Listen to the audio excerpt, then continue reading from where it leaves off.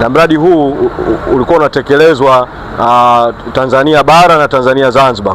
Kwa Tanzania kwa ujumla wake, Tanganyika na Zanzibar.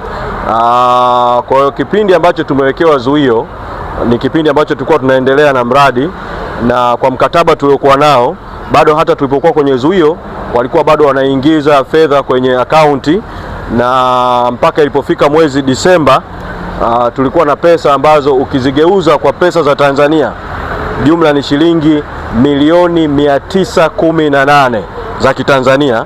Sasa zuio lilipoondolewa, ule muda wa kutekeleza ule mradi ulikuwa umekwisha. Tukatakiwa kurudisha fedha hizi ambazo zilikuwa zinufaishe wanawake wa Zanzibar, wanawake wa Tanzania bara katika majimbo na wilaya mbalimbali, kupewa mafunzo na kujengewa uwezo wa kiuongozi na uimarishe madawati ya kijinsia na masuala ya usawa wa kijinsia ndani ya chama. Kwa shilingi milioni 918 ikawa ni hasara ya moja kwa moja ya fedha taslimu. Katibu mkuu kasaini cheki kuzirudisha hizo pesa, na sio hasara kwa Chadema, hasara kwa Tanzania, kwa sababu washirika wetu wa kimaendeleo wanahesabu hizi ni pesa ambazo Tanzania imesaidiwa kwenye masuala ya demokrasia yanayohusu viongozi wanawake, lakini hawa watu walisababishia hiyo hasara kubwa. Hiyo ni sehemu ndogo tu. Hizo milioni 918 ni sehemu ndogo tu ya hasara za kifedha, hasara za mali, hasara za kisiasa ambazo zuio lile la awali la siku 309 lilikigharimu chama. Katika hatua mwafaka tutazungumza kuhusu hizi hasara zaidi. Sisi tulitarajia katika mazingira ya kawaida hawa waliosababisha hii hasara, kama wangekuwa kweli ni wanachadema na wana maslahi na Chadema, baada ya hasara yote hiyo walisababisha, wangeacha kusababisha hasara zaidi kwa chama na madhara zaidi kwa chama. Na mwanasheria mkuu amezungumza kuhusu msingi wa madai yao kwenye maeneo ambayo ameyazungumza, lakini kuna eneo moja ambayo ni vyema nikaliongeza au mawili ambayo yako kwenye madai yao.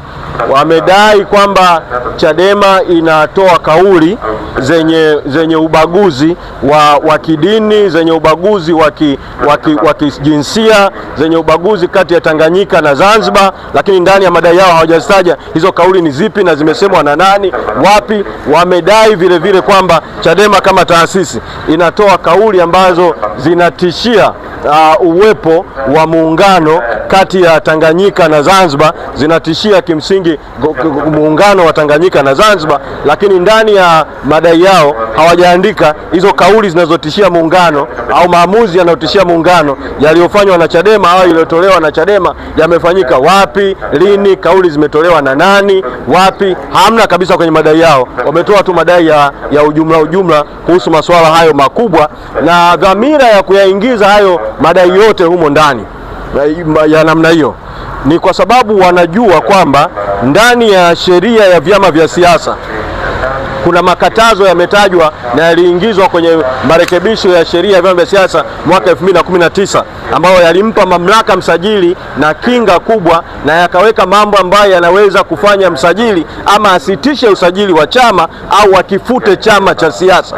Sasa ukiangalia kwa undani madai yao sio masuala ya mali tu na rasilimali. Madai yao yanataka kulenga kutengeneza njia kwa msajili wa vyama vya siasa ama kukifuta chama au kukisimamisha chama. Kwa madai yao kimsingi yanaturudisha kule kwenye chama kuzuiwa kwa siku 309, lakini sasa wanataka chama kizuiwe perpetual, yani kizuiwe milele mpaka yale wanayotaka yaweze kutekelezwa. Sasa mwanachama wa Chadema hawezi kufungua kesi ya kutaka chama kifungiwe milele, kifungiwe kwa muda na kifungiwe milele. Mambo kama hayo hayawezi kutoka kwa mwanachama wa kawaida. Kwa hiyo ninachokisema tu ni kwamba hawa ni wasaliti na matendo yao hayafanywi na wao peke yao. Matendo yao yanafanywa na watu wengine walioko nyuma ya pazia, ambapo kwenye kiapo cha marehemu Maulida Anna Komu ambaye baadaye akashinikizwa kuja kukikana mahakamani, ilionyesha kabisa kwamba kesi hii ina shinikizo la mfumo, na alitoa maelezo mengi sana katika mazungumzo na wakili na mazungumzo na viongozi wetu wa chama waliomwona. Aliwataja kwa majina mtumishi mmoja wa ofisi ya msajili wa vyama vya siasa kuhusika na hii kesi. Kwa sababu hiyo, narudia rai niliyoitoa mwanzoni wakati kesi ya awali inafunguliwa. Kwa kuwa kesi imefunguliwa tena, walio nyuma ya pazia kwenye kesi hii wahakikishe kwamba wanawatuma hao waliowatuma kufungua hii kesi waiondoe hii kesi mahakamani, kwa sababu katika mapambano mahakamani na nje ya mahakama dhidi ya kesi hii, sisi kama taasisi hatutashughulika na Said Issa na mwenzake peke yake, tutashughulika na yeye na wanaomtuma na wanaomtumia. Na nihitimishe katika hatua hii kutumia fursa hii vile vile kuiomba mahakama na kutoa mwito kwa mahakama. Tarehe 11 ilikuwa kesi ya mwenyekiti Lissu isikilizwe, na ghafla tu ikaahirishwa mpaka tarehe 3 mwezi wa 7. Mahakama kama chombo cha umma cha juu kabisa cha kutenda haki kwa mujibu wa katiba ya nchi ibara ya 107, na haki ikatendeka bila kufungwa na masharti ya kiufundi, na haki ikaonekana ikitendeka, bado ina wajibu wa kuueleza umma wa Tanzania, na ni vyema vyombo vya habari mkawafuata watendaji wa mahakama. Na kufanya hivi, sisi hatuingili mahakama wala nyinyi hamtaingilia mahakama. Watoe maelezo kwa umma ni nini kilifanya kesi ya mwenyekiti Lissu katika dakika za mwisho kabisa za kuelekea kusikilizwa kwa kesi tarehe 11 mwezi Juni ikaondolewa na kupelekwa tarehe 3 mwezi wa 7. Hili jambo bado kunahitajika kauli kwa umma ya mahakama juu ya jambo hili. Na nimalizie kwa kutumia fursa hii vile vile kuambia tu wanahabari, tutawaita makao makuu ya chama rasmi kuwaeleza kwamba tunakusudia kuanza operation siku chache. Tulikuwa tunasubiri vile vile hii kesi tuone mwelekeo. Hapa imeshapangwa tarehe ya mbele, tutatangaza ratiba ya operation awamu ya pili, lakini tunajua kwamba leo bungeni kuna mjadala unaendelea wa bunge baada ya kusomwa kwa bajeti iliyosomwa tarehe 11 mwezi Juni, siku ambayo ndio ilikuwa mwenyekiti Lissu apelekwe mahakamani. Tutafanya uchambuzi katika hatua mbalimbali juu ya mapungufu ya bajeti ile. Na kwa kuwa mjadala unaendelea leo, ni waeleze wa Tanzania tu kwamba bajeti iliyosomwa bungeni haina bajeti kwa ajili ya kuanza na kuendelea mchakato wa katiba mpya.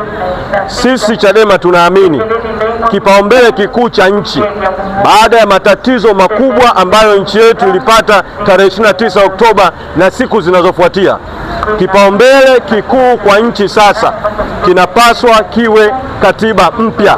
Kwa kama jambo la haraka sana katika bunge linaloendelea na sasa hivi, pamoja na kuwa ni bunge haramu, ni bunge batili kutokana na uchaguzi, lakini kwa sababu bado wanakalia viti, wahakikishe kwamba bajeti ya katiba mpya imeingizwa ili mchakato wa katiba mpya uanze mwaka wa fedha unaoanza tarehe 1 mwezi Julai mwaka 2026. Lakini vile vile bajeti hiyo haijatii kiu ya wananchi, ambayo vile vile ilikuwa ni azimio la kamati kuu ya Chadema kwamba kushushwe kodi ya mafuta, kushushwe tozo za mafuta ili bei za bidhaa zishuke, ugumu wa maisha upungue kwa wananchi. Jambo hilo la tozo na kodi kwenye mafuta kushushwa halipo kabisa katika bajeti. Kwa tunataka wananchi tu waikatae hii bajeti kabisa, kwa sababu haijajali maslahi yao na watake yale ambayo wanayataka yafanyike. Tunawashukuru sana.